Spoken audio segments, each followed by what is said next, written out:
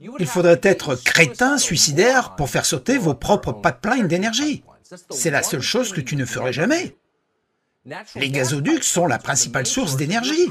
Et votre richesse est surtout votre pouvoir de négociation sur d'autres pays. L'Europe a plus que jamais besoin de votre énergie à l'approche de l'hiver. Si vous ne pouvez pas fournir cette énergie, alors les pays comme l'Allemagne n'ont pas besoin de faire attention à ce qu'ils veulent. Vous êtes au milieu d'une guerre et tout le monde est là. Vous avez besoin de tous les moyens de pression que vous pouvez obtenir.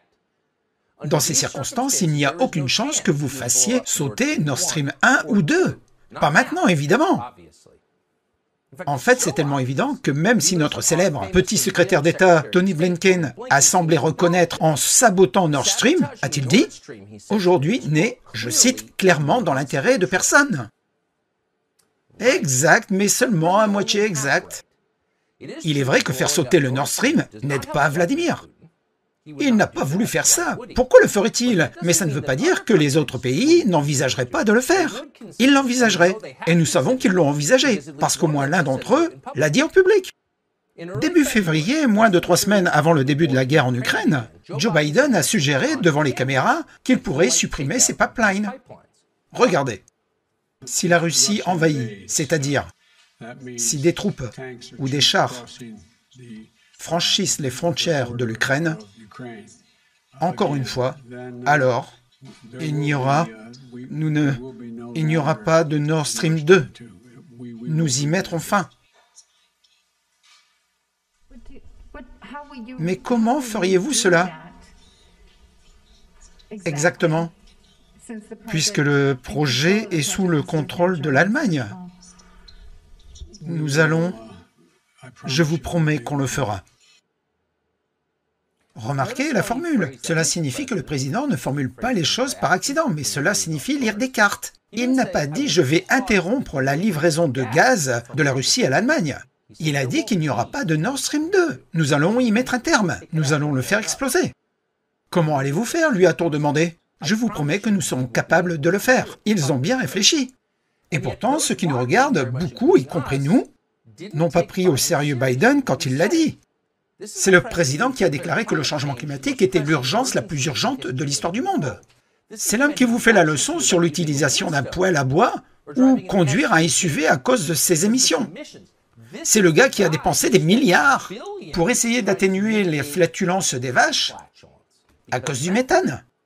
Ce type ferait-il vraiment exploser un pipeline de méthane au milieu de la mer Baltique? C'est difficile à imaginer. Ce serait un acte inimaginable, imprudent, irréfléchi. C'est le genre de choses que vous feriez si vous vouliez déclencher une guerre nucléaire. Ça serait de la folie. Et pourtant, ils y pensaient. Et Biden n'était pas la seule personne à suggérer cette éventualité. Victoria Nuland, du département d'État, a dit à peu près la même chose. Nuland est une pom-pom girl de guerre depuis toujours. Elle a travaillé pour provoquer l'invasion de l'Irak et ne s'est jamais excusée, et a continué. Elle a aidé à organiser le coup d'État qui a renversé le gouvernement ukrainien, il y a quelques années. Clairement, elle est capable de tout. Mais le terrorisme environnemental, même pour Victoria Nuland, c'était trop extrême. Et pourtant, elle est là, en janvier. En ce qui concerne Nord Stream 2, nous continuons à avoir des conversations très fortes et claires avec nos alliés allemands, et je veux être clair avec vous aujourd'hui. Si la Russie envahit l'Ukraine, d'une manière ou d'une autre, Nord Stream 2 n'ira pas de l'avant. D'une manière ou d'une autre, nous arrêterons Nord Stream. Maintenant, avec du recul, ces mots font froid dans le dos. 8 mois plus tard, le gaz naturel se déverse dans la mer Baltique et dans l'atmosphère. Donc vous devez vous demander si l'administration Biden pourrait vraiment faire quelque chose comme ça. On ne peut pas le dire avec certitude, nous n'en sommes pas sûrs. Nous pouvons vous dire que des alliés proches de la Maison-Blanche Biden pensent qu'ils l'ont certainement fait.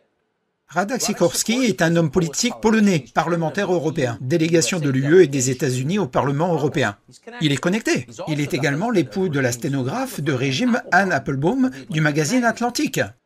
Sikorski est si proche de Joe Biden qu'il a une photo de ces deux-là ensemble sur son profil Twitter. Alors, quand les pipelines ont explosé, Sikorski a réagi immédiatement. Et voici ce qu'il a écrit. Merci, USA. Donc une fois de plus, est-ce que l'administration Biden a vraiment fait ça? C'est difficile à croire, étant donné que c'est une atrocité. C'est effectivement un acte de terrorisme. Nous ne voulons pas porter cette accusation. Mais nous devrions vous dire que peut-être par coïncidence, aujourd'hui, un nouveau pipeline a été dévoilé. Un pipeline qui transporte du gaz naturel non russe dans à peu près la même zone que Nord Stream 1 et 2. C'est ce qu'on appelle le tuyau de la Baltique. Il a été inauguré en Pologne. Il transportera du gaz naturel de Norvège vers le Danemark, la Pologne et les autres pays voisins. Il est probable qu'il se porte très bien, puisque maintenant, il a moins de concurrence. C'est logique. Qu'est-ce que la Maison-Blanche dit à ce sujet? Comment rend-il compte pour ce qui s'est passé aujourd'hui? Eh bien, ils ne sont pas exactement enthousiastes, en refusant d'en assumer la responsabilité. Au lieu de ça, ils regardent le côté positif. Voici l'attaché de presse du président, notant que la destruction d'encore un autre pipeline d'énergie est une opportunité de plus, pour que vous achetiez une voiture électrique. Comme vous le savez tous, ces pipelines ne pompaient pas du gaz en Europe à cette époque. Et comme il n'a jamais été opérationnel, comme vous l'avez dit, et celui-ci n'est pas opérationnel depuis des semaines, parce que Poutine a militarisé l'énergie. Et nous l'avons déjà dit à de nombreuses reprises. Cela montre l'importance de nos efforts pour travailler ensemble afin d'obtenir des approvisionnements en gaz de l'Europe et de soutenir les efforts pour réduire la consommation de gaz et accélérer une véritable indépendance énergétique en passant à l'économie de l'énergie propre. Oh, le passage à l'énergie propre dit que des personnes peuvent très bien être responsables. Pour avoir laissé entrer du méthane dans la mer Baltique et dans l'atmosphère à une échelle que la plupart des gens ne peuvent pas imaginer. Les gens qui vous font la leçon sur votre SUV ont peut-être soufflé la mise en place d'un gazoduc et a créé l'une des plus grandes catastrophes de notre époque dans son effet sur l'environnement. S'ils ont fait ça, ça sera l'une des plus folles, les choses les plus destructrices qu'une administration américaine n'ait jamais fait. Mais ce serait aussi totalement cohérent avec ce qu'ils font. Que font-ils? Ils détruisent des gens. Ils n'ont rien construit, pas une seule chose. Au lieu de ça, ils détruisent et profanent des statues historiques, jusqu'à la Constitution, aux infrastructures énergétiques, et personne au Congrès n'essaie d'arrêter tout ça. Ils se préparent juste aux inévitables retombées. Ce soir, le Sénat vient d'avancer un projet de loi sur les dépenses avec 35 millions de dollars pour le département de l'énergie afin, je cite, « se préparer et répondre aux risques nucléaires et radiologiques d'un incident en Ukraine ». Quoi? Ce projet de loi de dépenses porte également sur les dépenses totales des États-Unis pour l'Ukraine. La guerre, mais aussi le financement de son gouvernement et de l'énergie pour l'Ukraine. 67 milliards de dollars à la veille de ce qui pourrait être une perturbation économique massive ici, à notre économie. 67 milliards de dollars, c'est combien? C'est plus que l'ensemble du budget de l'armée russe de l'année dernière. Et on s'attend à ce que le Congrès adopte entièrement le projet de loi plus tard. Cette semaine, les républicains ont acquiescé comme les zombies qu'ils sont. Quel serait l'effet de ceci? Chaque action a une réaction égale et opposée. Faites sauter les pipelines Nord Stream. Ok, nous sommes entrés dans une nouvelle phase, une phase dans laquelle les États-Unis sont directement en guerre avec la plus grande puissance nucléaire du monde. Ça ne veut pas dire qu'on sortira du nucléaire immédiatement, mais ça suggère qu'il pourrait y avoir des conséquences si on fait exploser le pipeline Nord Stream.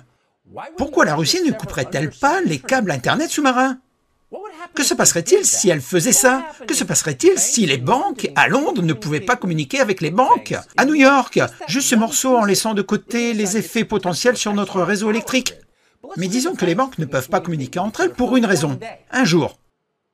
Eh bien, l'effet économique que cela serait, nous descendrions en cascade dans votre maison. Nous pourrions avoir un véritable effondrement. Nous pourrions nous retrouver très rapidement dans les conditions du tiers-monde. Ce sont les enjeux.